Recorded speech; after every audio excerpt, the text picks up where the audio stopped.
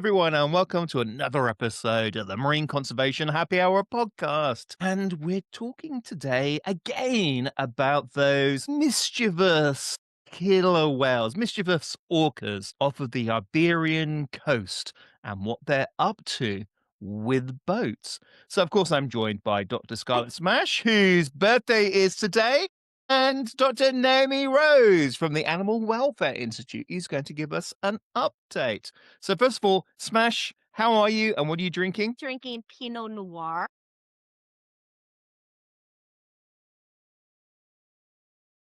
Louis Louis That's Jadot? Jacques. It Sounds means much I love better. Louis. Louis of love. Great. Okay. Well, that's what I'm drinking. It's perfect for my birthday. But Dr. Kraken, we were actually talking about this topic on a radio segment that just came out last weekend where the orcas were chasing a boat. Indeed, indeed. So we are going to be talking about what's happening off of the Iberian coast and Gibraltar with orcas chasing boats and what the latest news is. And we have with us Dr. Naomi Rose. The expert of orcas. He's going to tell us about what the latest happenings are. Well, hello, and thanks for having me on again. The latest happenings are pretty much the same as before. Fortunately, these guys are not learning anything from their antics, and they keep doing it. No way. Oh, yeah. So the season has just started. First interactions are usually seen in March and April. So I haven't heard that there have been any new interactions so far this year. Again, this would be about when they start doing it. But in 2025, they were very busy and they had moved back to where they were originally seen doing it. Most people think of them as the Gibraltar orcas, that they interact, we don't like to say attack, Yes.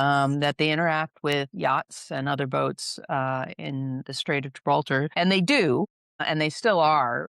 And they are seen there frequently enough. But there have been some efforts to get vessel traffic there to behave differently, to move inshore near the strait when they see orcas. And that seems to have been relatively effective. They don't like to get too close to shore there. And so if the vessels move inshore, they tend to break off any encounter they've started. But that didn't make them stop entirely. So they were seen very frequently interacting with vessels in the north, where in fact that's where they started, off of Galicia, the northern coast of Spain. So unfortunately, although they moved, they didn't stop. That's what happened last year. Now they may be doing something different entirely this year, but I doubt it. So you were talking about how there are some ideas to try and dissuade them from going after these rudders. It's for them. It sounds like rudders are like a cat toy. Must play with cat toy. So there was an idea about having kind of like a bead curtain around the rudders to Mm. try and distract. Yeah. That's known as, believe it or not, I mean, when I say the word, you'll recognize it. It's a hukilau. I think most people, when they think of that word, it's a Polynesian word, they think of it as some sort of party or something. At least that's what I Yeah. used to think a hukilau Right. was. Yeah. It's not. It's a fishing net. And the party was because you had a good fishing, a day or season of fishing. The hukilau is actually the net.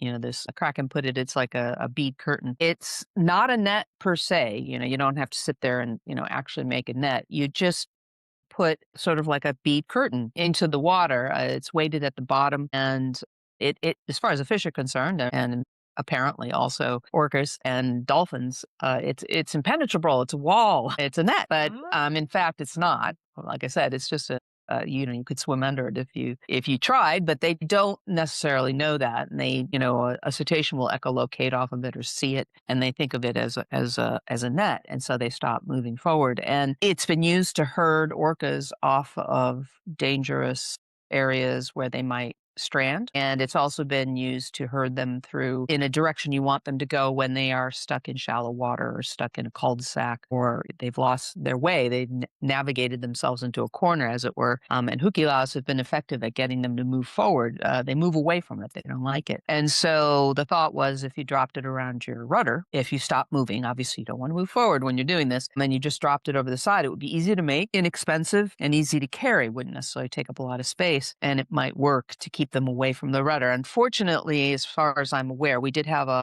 update from the folks who live there, the researchers who work in that area, off the coast of Iberia. Very few opportunities, both in terms of interactions and money and so forth, were possible last season. They didn't get a lot of testing done of various methods to deter the animals, including the hukilau. Getting the mariners to change their behavior was more successful in Gibraltar. And unfortunately, that method of moving inshore, moving closer to shore where the whales don't like to go, isn't necessarily effective along the coast of Portugal or northern Spain. It stays fairly deep all the way to shore, whereas apparently it gets shallower fairly quickly in the strait, and so it's effective.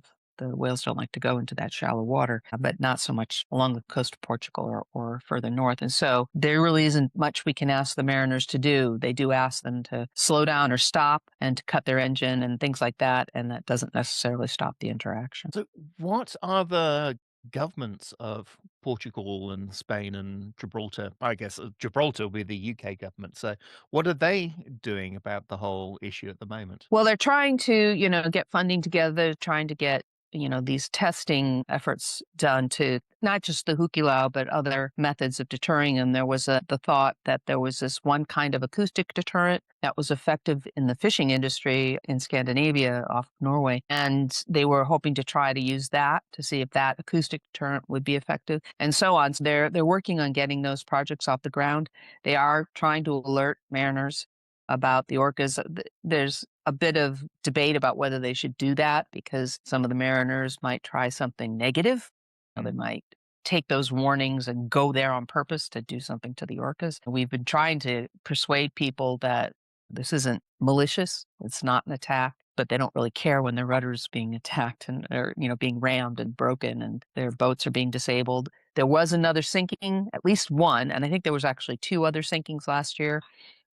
As I pointed out to anybody who will listen, it's not purpose of the behavior. If it was, a lot more vessels would be sunk because they're really usually pretty good at what they do. And if sinking was the goal, then they would be sinking a lot of boats. And they have, in fact, over the last 6 or 7 years, only sunk, quote unquote, only. The vessels that sank weren't so much like that. Only my boat's the one that sank. They've only sunk about 8, I think, or 9 maybe now. And the thing is that the reason they sink those vessels is because when they're trying to break the rudder, they inadvertently also breach the hull. It's not the goal of the behavior. Typically, breaking the rudder is sort of the end game. It's appears to be the goal of what I think of as a Really? game. Yeah, so if they don't break it in a certain period of time, they tend to swim away. It's a failed game. If they do break it, they play with the piece for a while. That they get quite excited and then they swim away. And so that seems to be the goal, whereas sinking is just an extremely unfortunate, inadvertent outcome of some of these games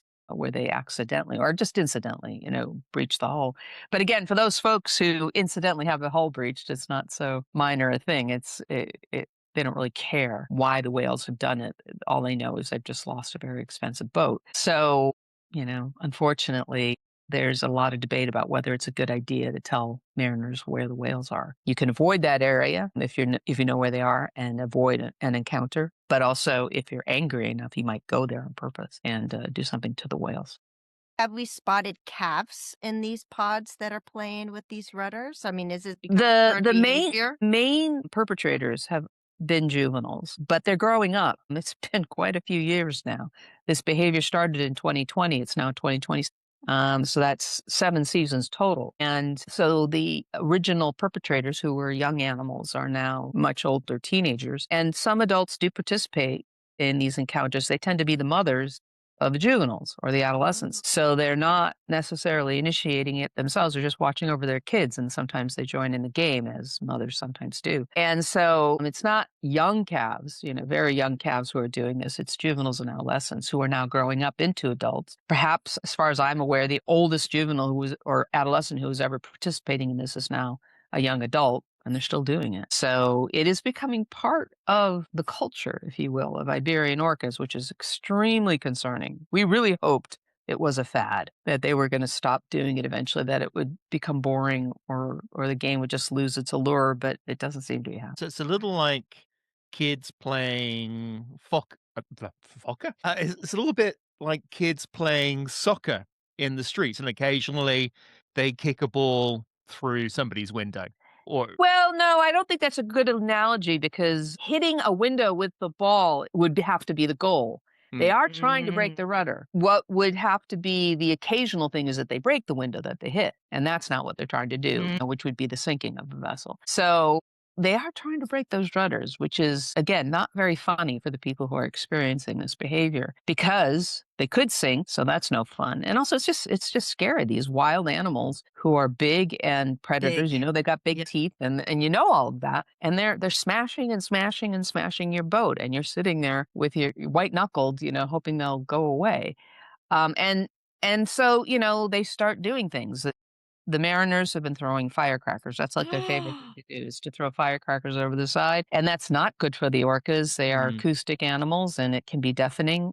And that's sort of why they do it, but it doesn't work. So this is the thing I've been trying to impress upon the mariners who are justifiably angry and frightened. And I'm not denying that. But all of these nasty things they've been doing, they've poured gasoline on them. They've thrown rocks at them. They've thrown chains at them. And they drop these firecrackers. They shot them with flares. They do these things, and it's now 2026, and they're still ramming rudders, so it doesn't work. These are the same animals. They're the same individuals. There's only about 40 Iberian orcas. There's actually fewer than that. They are a critically endangered population. They are, constantly replacing themselves, and it's always new orcas. It's the same orcas, the same individuals who keep doing this. So they're the same ones you threw the firecrackers at last time, and the same ones you poured gasoline over the last time. And it didn't deter them. It didn't make them stop. They're still doing it. And again, I'm not sure yet that they've even started this season, although if I looked it up, I'd probably find out there's been an interaction or two because they usually start in March and they're still doing it. So it doesn't work to take your anger out on them. It's ineffective. So I really wish people would stop doing it and, contact these researchers, or I hope the governments are able to move forward with these research projects to try these other methods we've come up with, these other ideas that we've come up with as a group of experts to see if they work because they're not going to necessarily harm the animals. A hukilau is just a bunch of string in the water with a weight at the bottom, and hopefully these methods will work. And I'm hoping that if they work, and again, they kind of gave up in the Strait of Gibraltar because the mariners were asked to move inshore and the whales don't like to go there. And they kind of moved north. That seems to have been effective. So if you see what I mean, that the game, unfortunately, itself has not gotten boring.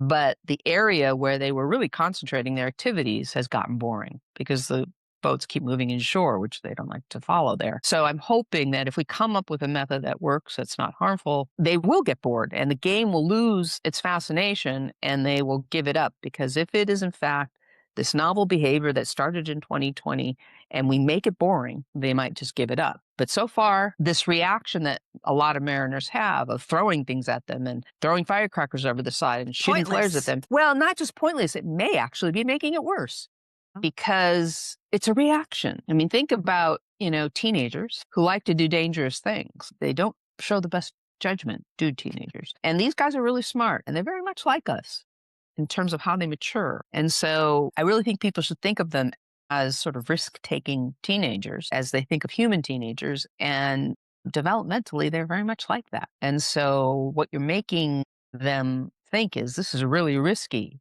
Great, let's try it again. Mm.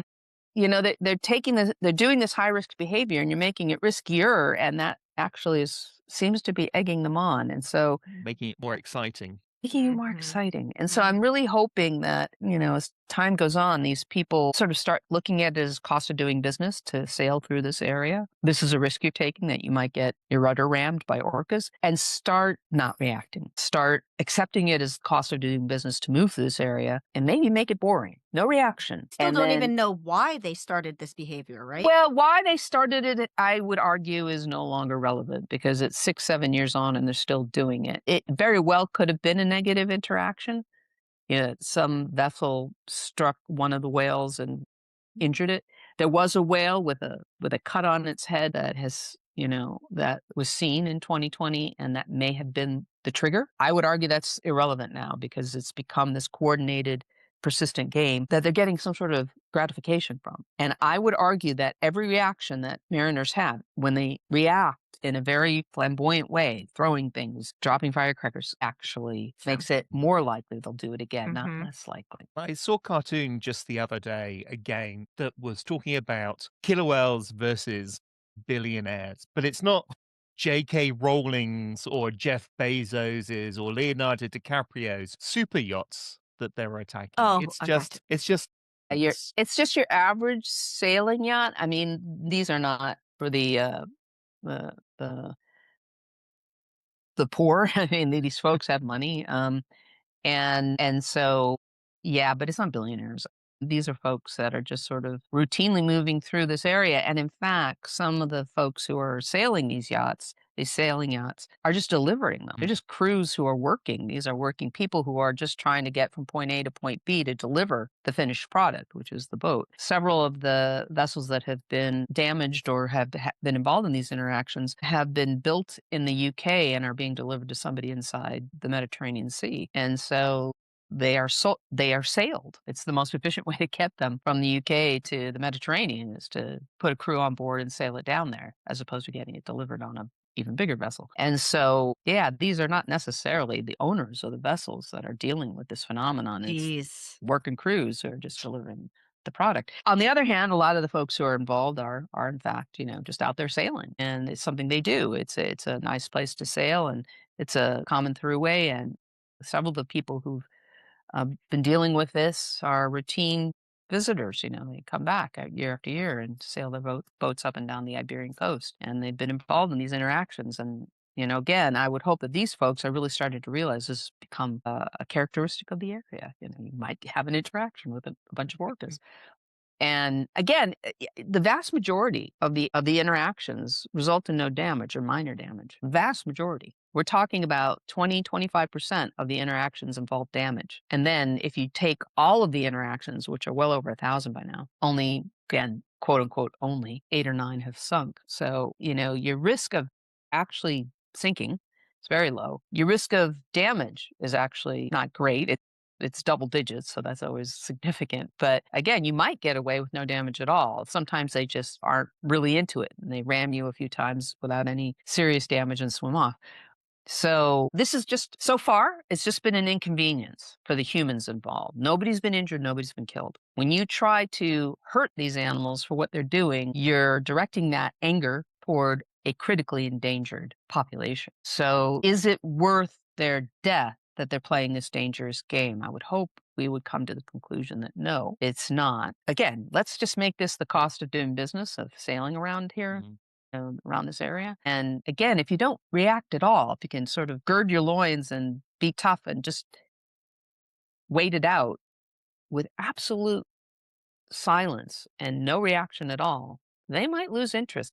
It's something they've been advised to do by the authorities, play dead, but very few of them are doing that for obvious reasons. It's I was just extremely hard to play Ask dead. about No, it's extremely hard to play dead when they're attacked. ramming. In the Yeah, yeah. 20% that you said that have had serious damage, they also participating in a lot of, interaction, and they're the ones that are throwing the firecrackers or the gasoline on them. Are Yeah, they no, the I ones know. screaming more and, Yeah, giving that wish I action? knew. I mean, the Darn. researchers are dependent on self-reporting. They're going to witness a handful of these interactions, but for the most part, they're relying on the people coming back to port and reporting that it Telling 'em. happened and showing some video or perhaps something like that. And so we don't really know whether the folks who experience an aborted interaction and no damage are calmer in their reaction Yes, than right. those who experience damage. We don't have the data because we're reliant on the mariners to report this, to self-report this, and their accounts are going to be mixed in quality. They were panicking, or not panicking. And so we don't know whether they were panicking or not panicking. They might say they weren't panicking. In fact, they were panicking, so we're relying entirely on So we their basically need version to of teach them events. like what you do when a grizzly bear comes. Something like Hold that. in, be really quiet, You act know, dead. You know what I mean? That's a perfect analogy. How many people actually do what they were told to do by the forest rangers Yeah. when they encounter Yeah. the grizzly bear? True. They scream and run, which is exactly what you're not supposed Not to supposed to do. And so, yeah, I mean, the fact is that we don't think most people are doing what they've been asked to do by the authorities. And they are still doing those things that they've been asked not to do. And they're not going to tell the insurance company that they were misbehaving. Right. They're not going to tell the authorities they shot at them with a flare because that's Right. illegal. They're critically Mhm. endangered and That it's makes against the sense. law to shoot at them with flares. So they're not going to report that. The reason we know they've done it is because they were seen doing it by somebody else on another boat. So, it's very frustrating, I think, for the authorities. I've met some of them and they're very frustrated. I would. I've heard some of the accounts, some of the mariners' accounts of these interactions, and they're terrified. They were literally terrified while it was happening. And you can't expect necessarily rational behavior from folks who are terrified. But yeah, and like I said, that it's not fading away, at least not yet. We're in 2026 now. We're waiting for the latest reports. But last year it was just as bad. It was just in a different area. Yes, that's really disappointing. It's like you're the auntie over here in Yeah. United States waiting to hear if your nephew went to jail again. You know what I mean? Exactly. No, Did that's he get that's arrested exactly right. again? I keep hoping this is the year where we get no reports. Right, Yeah. exactly. Was he And well last behaved? year, Please. I was thinking, oh, maybe this is the year. And then I don't Please. remember the first interaction was at the end of March God. or early April. And then, like I said, they actually sank a boat again last year, fairly early on in April. It just, no, every year, Auntie cries. Exactly. Junior's back in jail. Waiting now to see if they've grown up or Yeah, teenagers. yeah. Pray that they will. And, since it started, so again, this is 6, 7 years since it started, 2020, there have been several animals that have disappeared from the population or have stranded. I think there have been 4 carcasses seen. The problem is when they strand in this area, they tend to strand in areas that are inaccessible. And so by the time they are even seen, the carcasses are usually fairly decomposed. So they don't get great data from the strandings that do occur. So if there's evidence of, somebody shot them or they were killed as opposed to just dying naturally or whatever, we don't tend to get those data reported to us as the expert group because the stranding networks or whatever who are part of that group don't have those data themselves. They got to the carcass and it was already several weeks gone or whatever, or they never got to the carcass at all. It was reported, and by the time they were able to get out to this remote area, it's gone. So we don't really know. I mean, I think there have been about 4 or 5 animals who've disappeared from the population since Oh this my started. goodness, that's so And that could be nothing. Like it could just be, animals do die, or it could be something, and we just don't know. So for the listeners that are hearing this and that feel very strongly and connected to orcas and they want to support what you're doing and help you and the authorities make this a more, I don't know, more Yeah, I mean, cautious and what you can do as an average citizen who just really loves orcas and knows that, this isn't a malicious behavior. And,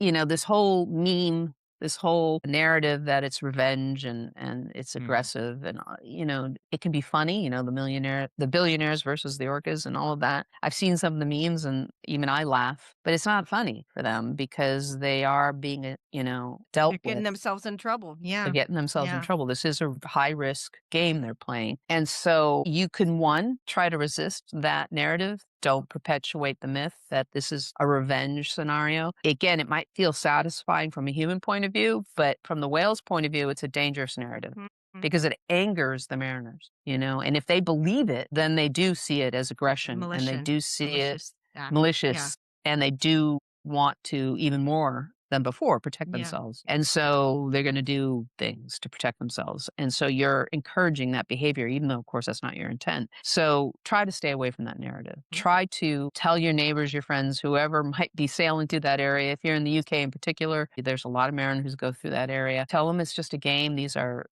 not attacks. Don't respond as if it is an attack.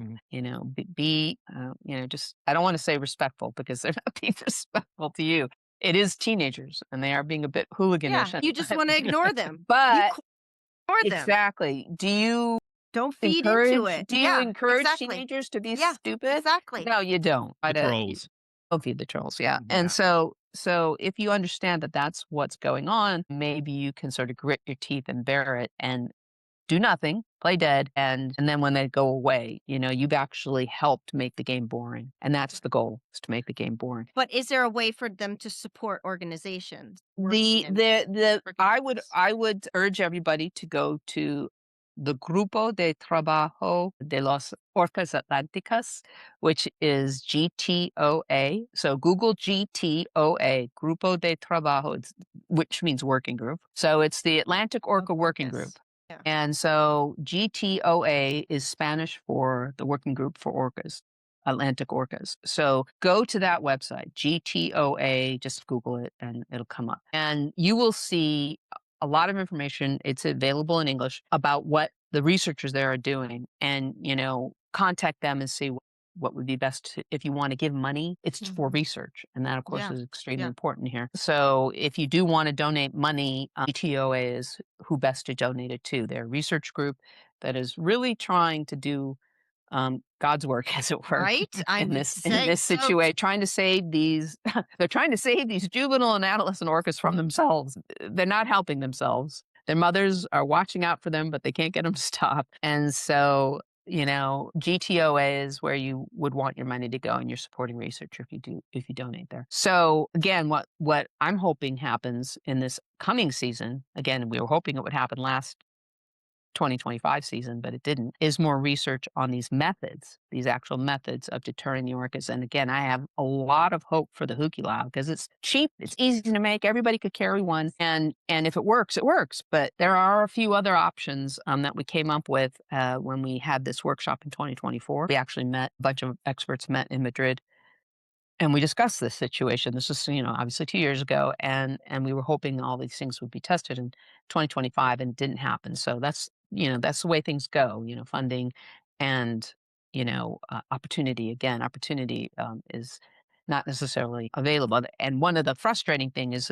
the most active research group is in the Strait of Gibraltar, and the whales weren't doing it there Hmm. much last year. They went north. So that's what I mean about opportunity. You need to obviously see an interaction happen to, or have an interaction happen to you as a research vessel or as a privately owned vessel that's working with the researchers to test these methods, right? You can't just test them if the whales aren't approaching you. So opportunity isn't as easy as you'd think. They're not interacting with the same vessel over and over and over and over again. They're just interacting randomly with vessels that are out there that attract them. And there's a particular kind of vessel they like. They like these sailing vessels that are 60 feet long or so and have this spade rudder, shaped like a spade. So we know the type they like, but they're interacting, they're approaching different individual vessels every time. So opportunity is difficult to come by, even though when you're the one being interacted with, it seems real easy.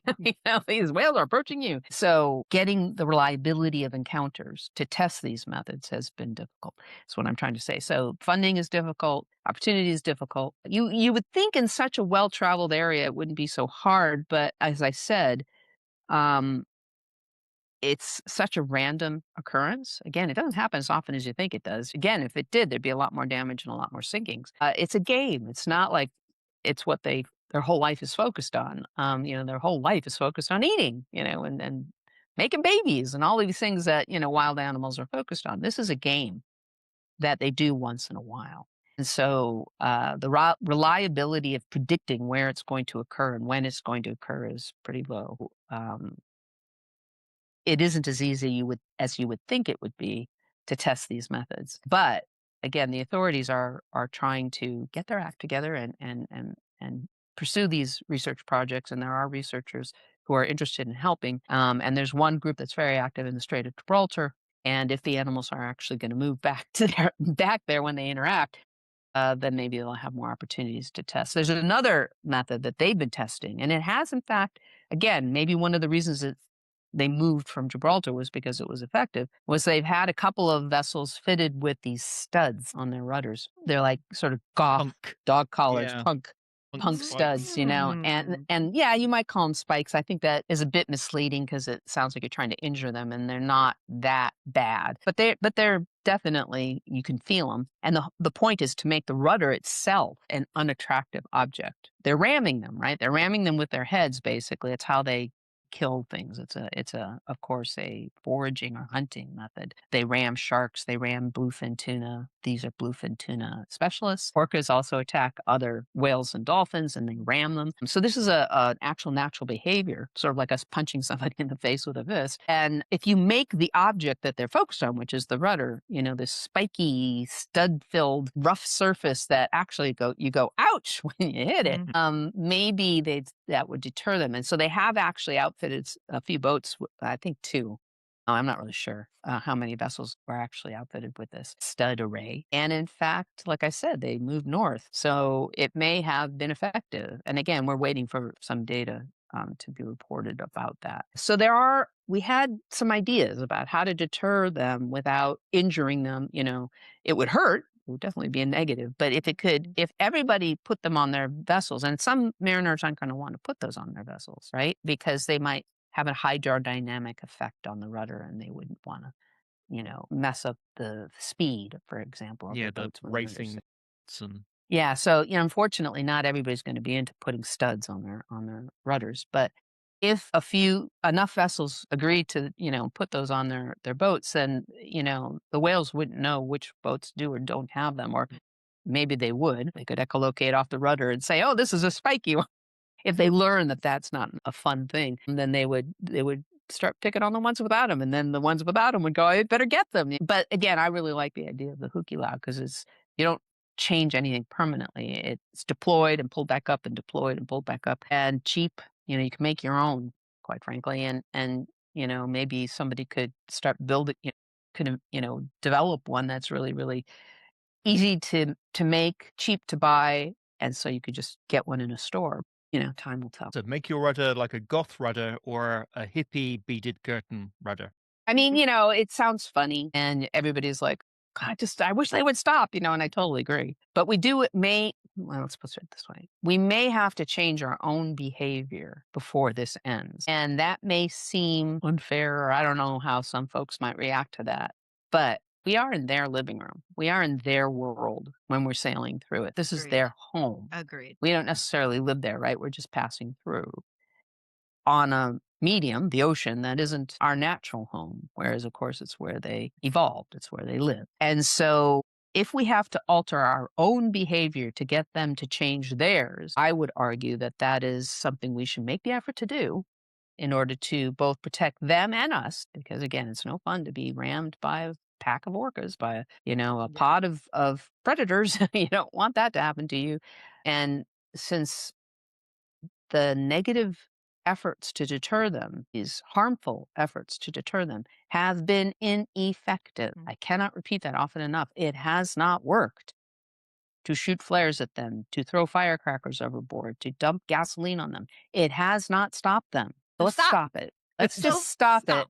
it. It is harmful to them Agreed. and it's not working. Mm. Dr. Kraken, we are so lucky to have the expert, Dr. Naomi Rose. I am Show. No, but you're an I'm an orcobiologist, but Oh. I have never even seen an Iberian orca. I know, but The I'm talking about folks who the study expert of these particular orcas. orcas are, Spanish and Portuguese and That's French, true. and they were part of this group that had the workshop in Madrid, and they are doing their very best. And I am just somebody who's part of the group that's trying to come up with ideas. An incredible person that's part of the group, and we're very, very lucky to have you on the show.